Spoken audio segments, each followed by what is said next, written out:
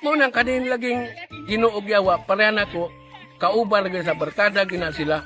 Kay daghan kay diha sa Biblia nga nagpamatuod yun nga kanang yawa di ay bisag ilan ang gipasanginlan mamumuno wag yun gipatay. Namakak niingon ang Ginoo nga Adan iba ayaw mo kaon sa bunga sa kahoy. Oh. Ingon sang yawa nga kaon mo sa bunga sa kahoy kay nikaon ninyo masayod mo unsay maayo unsay dautan.